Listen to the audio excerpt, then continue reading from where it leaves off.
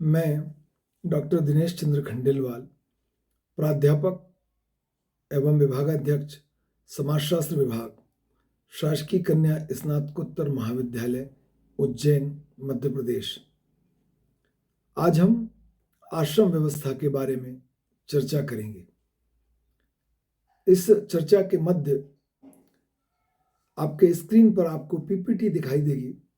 आप इस पीपीटी का उपयोग अपने शैक्षणिक कार्य के लिए कर सकते हैं।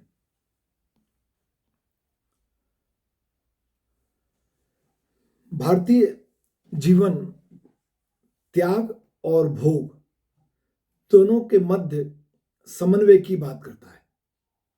मानव धर्म के अनुसार कार्य करते हुए अपने कर्तव्यों का पालन करे और अपने जीवन के अंतिम लक्ष्य मोक्ष को प्राप्त करे। इसलिए हिंदू धर्म और दर्शन में संपूर्ण मानव जीवन को 4 भागों में विभाजित किया गया। इससे आध्यात्मवाद एवं सांसारिकता में समन्वय, त्याग एवं भोग को समान महत्व और संसार के प्रति ना उदासीन रहना, ना सांसारिकता में बहुत अधिक लिप्त होना, इसकी सीख मिलती है। इसके अनुसार व्यक्ति अपने सांसारिक दायित्वों को पूरा करते हुए जीवन के प्रत्येक स्तर पर इस प्रकार प्रयास करे क्रमबद्ध रूप से कि उसे अपने जीवन के अंतिम लक्ष्य मोक्ष की प्राप्ति हो सके। और इसके लिए आश्रम व्यवस्था जीवन के अंतिम लक्ष्य मोक्ष को प्राप्त करने के लिए एक बहुत महत्वपूर्ण आधार उपलब्ध कराती है।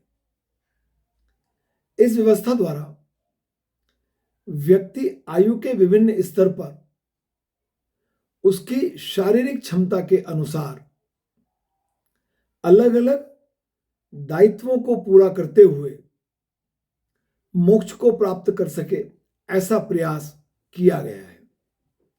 आयु के अंतर से व्यक्ति की कार्य क्षमता, रुचि, दृष्टिकोण, दायित्व एवं मनोवृत्तियों में परिवर्तन होता है और वह परिवर्तित कार्य क्षमता, रुचि, दृष्टिकोण और मनोवृत्तियों के अनुसार अपने दायित्वों को पूरा करते हुए व्यक्तिगत कल्याण, पारिवारिक कल्याण और समाज कल्याण के लिए कार्य करता रहे। आश्रम व्यवस्था के अंतर्गत आश्रम शब्द श्रम धातु से बना, जिसके 2 अर्थ हैं। एक स्थान जहां प्रयत्न या परिश्रम किया जाता है, दूसरा अर्थ है प्रयत्न या उद्योग के लिए की जाने वाली क्रिया। आश्रम व्यवस्था के अंतर्गत आश्रम जीवन के लक्ष्य नहीं है, बल्कि लक्ष्य प्राप्ति के माध्यम है। हिंदू धर्म और दर्शन के अनुसार पुरुषार्थ, धर्म, अर्थ, काम और मोक्ष जीवन के लक्ष्य। मोक्ष जीवन का अंतिम लक्ष्य, इस संसार के आवागमन से मुक्त होना, आत्मा का परमात्मा में विलीन होना। और इस लक्ष्य को प्राप्त करने में आश्रम लक्ष्य प्राप्ति का माध्यम है। महाभारत में वेद व्यास जी ने कहा है, जीवन के 4 आश्रम व्यक्तित्व के विकास की 4 सीढ़ियां हैं, जिन पर क्रम से चढ़ते हुए व्यक्ति ब्रह्म की प्राप्ति करता है। ब्रह्म जीवन का अंतिम लक्ष्य, मोक्ष। और जब इस संदर्भ में बात होती है तो आश्रम व्यवस्था में हिंदू धर्म और दर्शन व्यक्ति के जीवन काल को अनुमानित रूप से 100 वर्ष का मानता है और इस 100 वर्ष के काल में 25-25 वर्ष के 4 आश्रमों की कल्पना की गई है। ब्रह्मचर्य आश्रम, गृहस्थ आश्रम, वानप्रस्थ आश्रम, संन्यास आश्रम। ब्रह्मचर्य आश्रम व्यक्तित्व का संपूर्ण विकास, शिक्षा का केंद्र, गृहस्थ आश्रम पारिवारिक दायित्वों की पूर्ति, अपने जो जीवन में व्यक्तिगत महत्वाकांक्षाएं हैं उन सबकी पूर्ति का केंद्र। वानप्रस्थ आश्रम पारिवारिक दायित्वों से मुक्ति, समाज के प्रति दायित्वों का बोध। और संन्यास आश्रम संपूर्ण समाज को अपना परिवार मानना, इसकी सीख है। और इसके लिए क्रमशः 25-25 वर्ष के जो 4 आश्रम हैं उनमें ब्रह्मचर्य, गृहस्थ, वानप्रस्थ और संन्यास और एक आश्रम के दायित्वों को पूरा करके व्यक्ति दूसरे आश्रम में प्रवेश करता है। परंतु इसका अर्थ यह नहीं है कि निश्चित आयु पूर्ण करने के साथ ही आगामी आश्रम में, अगले आश्रम में प्रवेश होगा, बल्कि इसका अर्थ यह है कि उस आश्रम के निश्चित कर्तव्य पूर्ण करने के पश्चात ही अगले आश्रम में प्रवेश होगा। और इन कर्तव्यों की पूर्ति के लिए जो समय निर्धारित है वह निर्धारित समय से कम समय या अधिक समय लग सकता है। कम समय भी स्वीकार है और अधिक समय भी स्वीकार्य है। आश्रम व्यवस्था व्यक्ति को उसके जीवन के लक्ष्य, अंतिम लक्ष्य मोक्ष को प्राप्त करने के से संबंधित है। और इस रूप में इसके 4 उद्देश्य हैं। व्यक्ति का बौद्धिक, शारीरिक और नैतिक विकास करना, धर्म, अर्थ और काम के माध्यम से जीवन के अंतिम लक्ष्य, अंतिम पुरुषार्थ मोक्ष को प्राप्त करने की एक व्यवस्था। आयु के अनुसार व्यक्ति के विभिन्न कर्तव्यों का, दायित्वों का निर्धारण और व्यक्ति को जीवन के प्रत्येक स्तर पर उसके सामाजिक और धार्मिक कर्तव्यों के प्रति जागरूक बनाना, उनका बोध करना। आश्रम व्यवस्था की उत्पत्ति कैसे हुई, इस संदर्भ में देखा जाए, आश्रम व्यवस्था का प्रारंभ वैदिक काल में हो गया था, ऐसा सिद्ध करना थोड़ा मुश्किल दिखता है। परंतु यह जरूर प्रतीत होता है कि वैदिक काल में आश्रमों के विभाजन के बारे में विचार करना अवश्य प्रारंभ किया गया था। उत्तर वैदिक काल के समय गृहस्थ आश्रम, वानप्रस्थ आश्रम और ब्रह्मचर्य आश्रम का उल्लेख मिलता है। इसमें ब्रह्मचर्य आश्रम जीवन का अंतिम आश्रम था, परंतु यह क्रम, यह व्यवस्था व्यवहारिक और उपयोगी न होने के कारण बाद में 3 के स्थान पर 4 आश्रमों का उल्लेख आता है, जिसमें ब्रह्मचर्य आश्रम को सबसे पहले आश्रम के रूप में स्वीकार किया गया है। और आश्रम व्यवस्था का सबसे पहला क्रमबद्ध उल्लेख जाबाली उपनिषद में देखने में आता है। ब्रह्मचर्य आश्रम, ब्रह्म यानी महानता, चर्य यानी चलना, महानता के मार्ग का अनुसरण करना, महानता के मार्ग पर चलना। इसका साधारण अर्थ भौतिक संयम से लगाया जाता है, जबकि इसका विस्तृत अर्थ व्यक्ति के व्यक्तित्व के संपूर्ण विकास से संबंधित है। ब्रह्मचर्य आश्रम में प्रवेश उपनयन संस्कार के पश्चात ब्राह्मण बालक का 8 वर्ष की आयु में, क्षत्रिय बालक का 11 वर्ष की आयु में और वैश्य बालक का 12 वर्ष की आयु में होता है। इस आश्रम व्यवस्था के, ब्रह्मचर्य आश्रम व्यवस्था के 3 आधार हैं।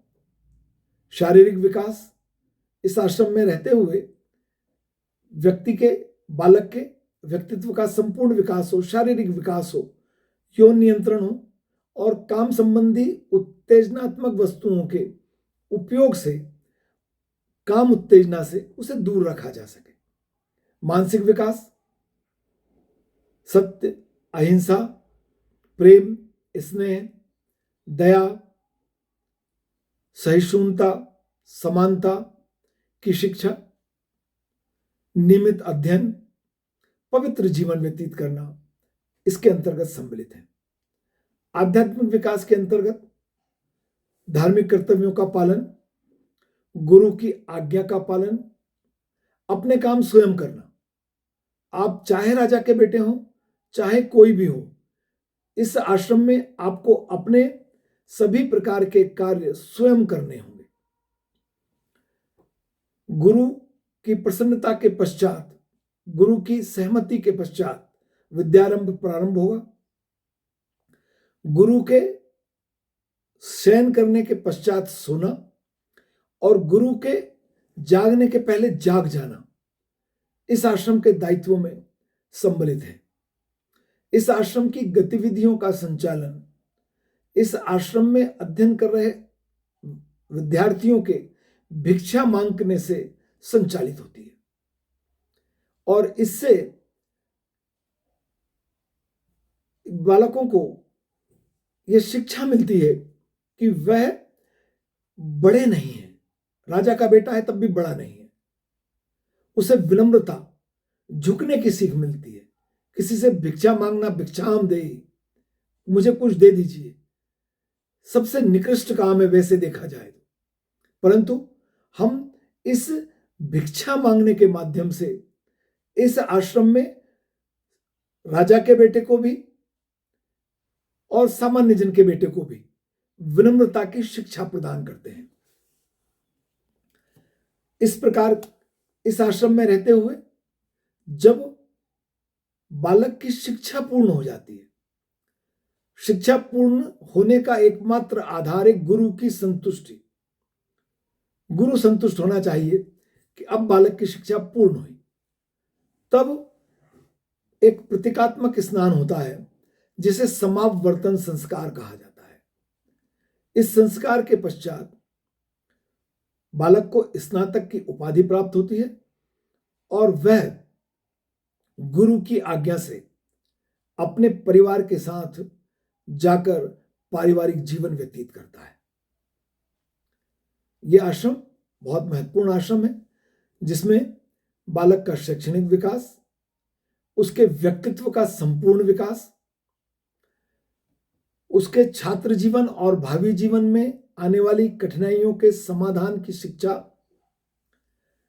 सामाजिक और सांस्कृतिक मूल्यों का प्रशिक्षण सब प्राप्त होता है। इस आश्रम के अंतर्गत युवा प्रवृत्तियों पर नियंत्रण रखने की सीख मिलती है। यह सबसे महत्वपूर्ण सीख है क्योंकि भावी जीवन में, आगे आने वाले जीवन में युवा होते समय तनाव, आतुरता, भावनात्मक अस्थिरता, यौनिक उत्तेजना, ब्रह्मचर्य और गृहस्थ दोनों आश्रमों में जीवन के लिए बड़ी समस्या होती है। परंतु इस ब्रह्मचर्य आश्रम में उन पर नियंत्रण रखना सिखाया जाता है और इस नियंत्रण के माध्यम से व्यक्ति अगले आश्रम, गृहस्थ आश्रम में अपने सभी प्रकार के दायित्वों को बगैर किसी तनाव के, बगैर किसी आतुरता, व्यग्रता के, मानसिक संतोष के साथ, भावनात्मक स्थिरता के साथ पूरा कर पाता है। अगला आश्रम है गृहस्थ आश्रम। गृहस्थ आश्रम जीवन का सबसे महत्वपूर्ण आश्रम है। इस आश्रम में प्रवेश विवाह के पश्चात प्राप्त होता है। विवाह में महत्वपूर्ण भूमिका गुरु और परिवार जन की होती है। इस विवाह के पश्चात बालक को, युवक को मर्यादित रूप से धर्म, अर्थ और काम के पूरा करने का अधिकार प्राप्त होता है। वह गृहस्थ आश्रम के सारे दायित्वों को पूरा करता है। यज्ञ, दान, तप में सम्मिलित होता है। पुरुषार्थ की पूर्ति करता है। वही पुरुषार्थ, धर्म, अर्थ, काम, मोक्ष के लिए इससे रास्ता तैयार होता है। वह सभी प्रकार के अपने धार्मिक कर्तव्यों की यहां पूर्ति करता है। एक बालक के जीवन में 5 प्रकार के ऋण होते हैं: देव ऋण, ऋषि ऋण, पितृ ऋण, अतिथि ऋण और जीव ऋण। इन 5 प्रकार के ऋणों से उऋण होने के लिए उसे 5 महायज्ञों की पूर्ति करना आवश्यक है। वह इन 5 महायज्ञों की पूर्ति करके ही अपने जो सांसारिक ऋण है उन ऋणों से उऋण होता है और उससे मोक्ष का मार्ग प्रशस्त होता है। इन 5 महायज्ञों के अंतर्गत जो देव ऋण है उससे उऋण होने के लिए जो बालक प्रयास करता है, युवक प्रयास करता है, उसके अंतर्गत उसे प्रतिदिन धार्मिक कर्तव्यों को पूरा करना, अग्नि को प्रज्वलित करना, देवताओं का आवाहन करना सम्मिलित है। दूसरा, ऋषि ऋण। ऋषि ऋण के अंतर्गत ऋषियों द्वारा उसे जो ज्ञान दिया गया है जिससे वह इस योग्य हुआ कि वह अपना भावी जीवन व्यतीत कर सके, इस ऋण से उऋण होने के लिए उसे वेद मंत्रों का उच्चारण करना, अपने गुरुओं के प्रति, ऋषियों के प्रति श्रद्धा रखना सम्मिलित है। पितृऋण के अंतर्गत माता और पिता ने जो इस पृथ्वी पर हमें जन्म दिया, उससे यह दायित्व बनता है कि इस समाज की सामाजिक निरंतरता को बनाए रखने के लिए हम विवाह करें, संतानोत्पत्ति करें और संतान के प्रति अपने निर्धारित दायित्वों का पूर्ण पालन करें, उनकी शिक्षा दीक्षा की व्यवस्था करें, उनकी सभी प्रकार की आवश्यकताओं को पूरा करें, शिक्षा के पश्चात जब वे गृहस्थ आश्रम में आए तो उनका विवाह करें। ये सब इस पितृ ऋण के अंतर्गत शामिल है। अतिथि ऋण के अंतर्गत व्यक्ति को गृहस्थ आश्रम में ही यह संभव है कि वह अतिथि ऋण से मुक्त हो। ब्रह्मचर्य आश्रम में जो निर्धारित दायित्व थे उनमें यह एक दायित्व भी था कि उस आश्रम की व्यवस्था के संचालन करने के लिए वह समाज से भिक्षा मांग कर लाए। इस ऋण से उऋण होने के लिए यह आवश्यक है कि व्यक्ति गृहस्थ आश्रम में जब है तब उसके यहां जो भी अतिथि आता है या जो भी भिक्षुक आता है वह उसकी यथायोग्य सेवा करे, उसको यथायोग्य दान दे, जिससे कि अतिथि का सम्मान हो और ब्रह्मचर्य आश्रम में जो शिक्षा बालकों को मिल रही है उसका सुचारू संचालन हो सके। और जीव ऋण से उऋण होने के लिए यह आवश्यक है कि वह सभी प्राणी मात्र के प्रति, जहां भी जीवन है, इस प्रकृति के प्रति आदर का भाव रखे। अनजाने में हमें हमारे जीवन में प्रकृति के सभी तत्वों ने सहयोग किया है। पेड़ पौधे, वन, जंगल, नदियां, जीव सब हमें सहयोग देते हैं। तो इनके ऋण से उऋण होने के लिए यह आवश्यक है कि हम पेड़ पौधों को ना काटें, उनकी देखभाल करें, पक्षियों को नुकसान ना पहुंचाएं, गर्मियों के मौसम में जब उनको आवश्यकता हो उनके लिए भोजन और पानी की व्यवस्था करें, चींटियों को चुगने के लिए हम दाना डालें इत्यादि। और इस तरह व्यक्ति अपने गृहस्थ आश्रम के सभी दायित्वों को पूरा करते हुए अंतिम लक्ष्य, जीवन के अंतिम लक्ष्य, अंतिम पुरुषार्थ मोक्ष को प्राप्त करने के लिए प्रयास करता है। यह आश्रम बहुत महत्वपूर्ण आश्रम है। इस आश्रम के माध्यम से समाज में प्रजाति निरंतरता बनी रहती है। व्यक्ति परिवार के प्रति अपने दायित्वों का निर्वाह करता है, पालन करता है, पुरुषार्थों का संपादन करता है, ऋणों से मुक्त होता है और आर्थिक गतिविधियों में भाग लेता है, आर्थिक गतिविधियों का संपादन करता है। आर्थिक गतिविधियों का संपादन पारिवारिक, सामाजिक दायित्वों को पूरा करने के लिए अत्यंत आवश्यक है। इसलिए गृहस्थाश्रम में आर्थिक गतिविधियों में सम्मिलित होने की छूट है, परंतु ब्रह्मचर्य आश्रम में उसे शिक्षा दी गई है कि वह आर्थिक गतिविधियों में संलिप्त ना हो जाए, इस तरह लिप्त ना हो जाए कि वह अपने जीवन के अंतिम लक्ष्य को भूल जाए। मोह उसके मन में आ जाए, संग्रह की प्रवृत्ति उसके मन में आ जाए, मैं ज्यादा से ज्यादा इकट्ठा कर लूं, दूसरे की चिंता ना करे। गृहस्थ आश्रम आर्थिक गतिविधियों का केंद्र है, काम संबंधी क्रियाओं को पूरा करने का केंद्र है, परंतु अर्थ और काम दोनों में वह पूरी तरह संलिप्त ना हो, इस बात की शिक्षा उसे ब्रह्मचर्य आश्रम में प्रदान की गई थी। गृहस्थ आश्रम में गृहस्थ जीवन को व्यतीत करने वाला व्यक्ति उसका पालन करता है, उसके अनुसार जीवन व्यतीत करता है। जीवन का अगला आश्रम है वानप्रस्थ आश्रम। इसका शाब्दिक अर्थ है वन की ओर प्रस्थान। इसके कर्तव्य इस प्रकार से निर्धारित किए गए हैं कि व्यक्ति अपने पारिवारिक सामाजिक दायित्वों को पूरा करे, परिवार के लोगों को आवश्यक मार्गदर्शन दे, परंतु पारिवारिक और गतिविधियों में संलिप्त ना हो। इस आश्रम के कर्तव्य इस प्रकार से निर्धारित हैं कि व्यक्ति अपने आप को संन्यास आश्रम के लिए पूरी तरह तैयार करे। इस आश्रम के मुख्य लक्ष्य हैं इंद्रियों पर नियंत्रण करना,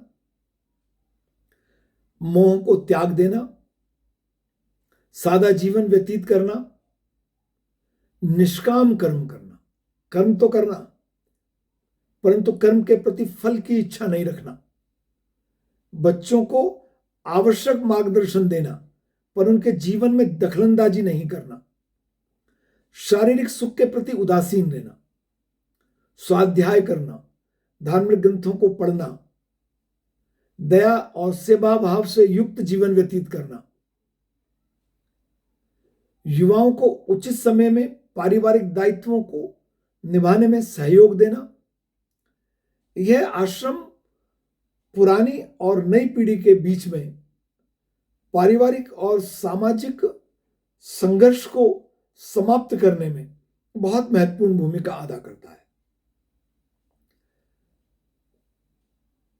बालक ब्रह्मचर्य आश्रम से गृहस्थ आश्रम में आ गए, मतलब उसके माता और पिता को पारिवारिक दायित्वों को छोड़कर चाबी, आर्थिक गतिविधियों का सभी श्रेय, सभी दायित्व बालकों को, उनकी पत्नी को देकर वानप्रस्थ आश्रम में जाना चाहिए। और ऐसा होने से परिवार में संघर्ष का कोई स्थान नहीं होगा, दायित्वों का हस्तांतरण हो जाएगा। यह आश्रम ब्रह्मचारियों को शिक्षा देने में, समाज सेवा में और पारिवारिक जीवन को सुचारू संचालन में, पारिवारिक जीवन में संघर्ष की समाप्ति में महत्वपूर्ण भूमिका अदा करता है। अगला और अंतिम आश्रम है संन्यास आश्रम। संन्यास आश्रम संपूर्ण सांसारिक जीवन का त्याग, संपूर्ण पारिवारिक जीवन का त्याग, कोई स्थायी निवास नहीं, कोई संग्रह नहीं, केवल और केवल अपने अंतिम लक्ष्य मोक्ष को प्राप्त करने के लिए प्रयास करना, किसी प्रकार का मोह ना होना, इसमें सम्मिलित है। मनु याज्ञवल्क्य जावाली इस बात की भी आज्ञा देते हैं कि यदि व्यक्ति में इतना सामर्थ्य हो, वह इतना सक्षम हो, इतना निर्मोही हो कि वह गृहस्थ आश्रम के पश्चात सीधे संन्यास आश्रम में जाना चाहे, तब वह उसे उसकी आज्ञा देते हैं। यह आश्रम विश्व कल्याण, परोपकार और सांसारिक जीवन के त्याग के संबंध में बड़ा महत्वपूर्ण है। इस आश्रम में व्यक्ति विश्व कल्याण की भावना से संपूर्ण समाज में भ्रमण करता है, सादा जीवन व्यतीत करता है, भिक्षा के माध्यम से जो प्राप्त होता है उससे दिन में एक बार भोजन ग्रहण करता है, उसका शेष संपूर्ण जीवन परोपकार की भावना पर आधारित होता है। आश्रम व्यवस्था समाजशास्त्रीय दृष्टि से भी बहुत महत्वपूर्ण व्यवस्था है। इस व्यवस्था में मानव जीवन के समुचित विकास की व्यवस्था है। अगर हम आयु के आधार पर देखें तो हम 4 अवस्थाओं को प्राप्त करते हैं: बालक, युवा, प्रौढ़ और वृद्ध। बालक, जिसे ज्ञान की आवश्यकता है, उसे ब्रह्मचर्य आश्रम के माध्यम से ज्ञान, धर्म, नैतिकता, समाज कल्याण की शिक्षा प्रदान की जाती है। उसके व्यक्तित्व का संपूर्ण विकास। युवा अवस्था, जिसमें बहुत ऊर्जा है, जहां धर्म, अर्थ और काम तीनों को पूरा करने की प्रबल इच्छा है। अर्थ और काम इच्छा प्रबल है। तो गृहस्थ आश्रम में व्यक्ति को आज्ञा है कि वह युवक वहां अपनी काम और अर्थ संबंधी इच्छाओं को नियंत्रित ढंग से पूरा करे। प्रौढ़ावस्था, वानप्रस्थ आश्रम, समाज और परिवार से अपने मोह को त्यागना, युवा पीढ़ी को आवश्यक मार्गदर्शन देना, और संन्यास आश्रम वृद्धावस्था में संपूर्ण संसार परिवार है, इस आधार पर जीवन व्यतीत करना। यह जीवन की एक समुचित व्यवस्था है। जीवन जीने की, जीवन व्यतीत करने की एक समुचित व्यवस्था है। यह व्यवस्था सामाजिक न्याय, सामाजिक समानता और विश्व कल्याण की भावना पर आधारित है। इस प्रकार की व्यवस्था में मानसिक विकास के लिए भरपूर प्रयास है। मानसिक संतोष, मानसिक आधार पर दृढ़ता इस आश्रम का आधार है। आश्रम व्यवस्था सभी व्यक्तिगत आवश्यकताओं की पूर्ति का केंद्र है। हिंदू धर्म और दर्शन ये मानता है कि संपूर्ण व्यक्तिगत जीवन को जीने के पश्चात ही मोक्ष को प्राप्त किया जाना चाहिए, और संपूर्ण व्यक्तिगत जीवन, संपूर्ण व्यक्तिगत आकांक्षाओं को प्राप्त होने से ही व्यक्ति मोक्ष की ओर जा सकता है। इसलिए यहां धर्म, अर्थ और काम तीनों को संतुलित ढंग से, विशेषकर अर्थ और काम को नियंत्रित ढंग से पूरा करने की आज्ञा है। उनमें संलिप्त नहीं होना है। ज्ञान का संचय, ज्ञान का प्रचार प्रसार, मानवीय गुणों का विकास, नैतिकता, दया, त्याग, सेवा, सहिष्णुता, प्रेम, स्नेह, सब मानवीय गुण है। ये मानवीय गुण आश्रम व्यवस्था में सिखाए जाते हैं और पूरे जीवन काल में उनके पालन करने की प्रेरणा दी जाती है। और अंतिम है व्यक्ति एवं समाज की पारस्परिक निर्भरता। हिंदू धर्म और दर्शन ये मानता है कि व्यक्ति और समाज दोनों एक दूसरे के पूरक हैं, दोनों एक दूसरे पर निर्भर हैं। व्यक्ति के व्यक्तित्व के संपूर्ण विकास से ही वह अपने समाज के प्रति दायित्वों का, परिवार के प्रति दायित्वों का निर्वाह कर सकता है।